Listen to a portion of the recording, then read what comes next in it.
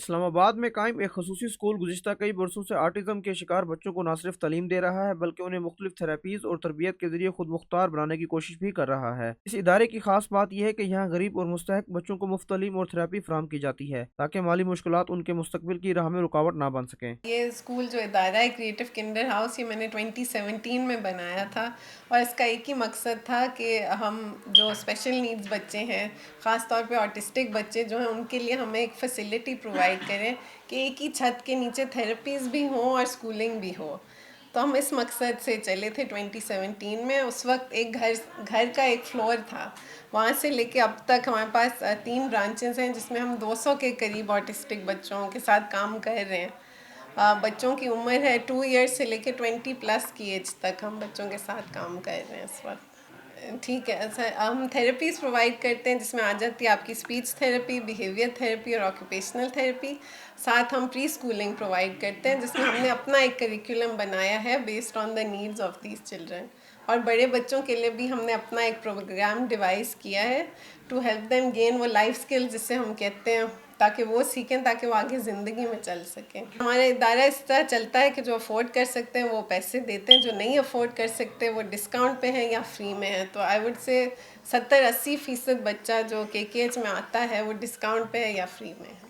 ہمارا مقصد صرف بچوں کو تعلیم دینا نہیں بلکہ انہیں معاشرے کا فعال حصہ بنانا ہے۔ ہم خاص طور پر ایسے بچوں پر توجہ دیتے ہیں جو مالی طور پر کمزور خاندانوں سے تعلق رکھتے ہیں۔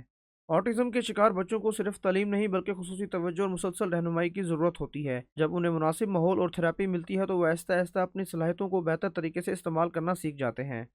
دیر از اے ڈفرینس، میں نے مین اسٹریم بچوں کے ساتھ بھی کام کیا ہے اور اسپیشل بچوں کے ساتھ بھی کام کیا ہے۔ Obviously there is a difference, mainstream بچوں کو ہینڈل کرنا تھوڑا ایزی ہے، ان بچوں کے بیہیویئرز ہینڈل کرنا تھوڑا ڈیفیکلٹ ہوتا ہے، but it can be done.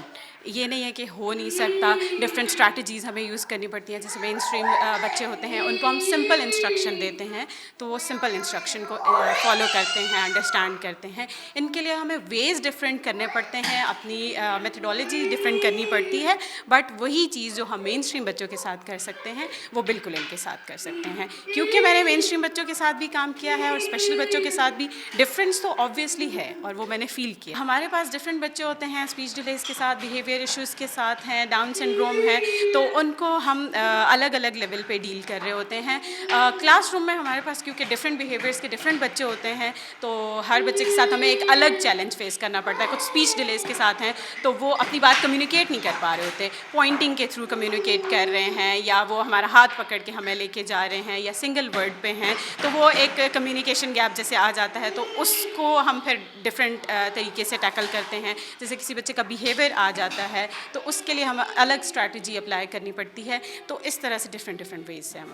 ماہرین کے مطابق اگر حکومت، تعلیمی ادارے اور معاشرہ مشترکہ طور پر کام کریں تو آٹزم کے شکار بچوں کو بہتر مواقع فراہم کیے جا سکتے ہیں۔ ایسے اقدامات نہ صرف ان بچوں کی زندگی میں مثبت تبدیلی لا سکتے ہیں بلکہ معاشرے کو بھی زیادہ باہمی تعاون اور برداشت کی طرف لے جا سکتے ہیں۔ کیمرہ مین نوشاد عباسی کے ساتھ عمید علی، ڈان نیوز، اسلام آباد۔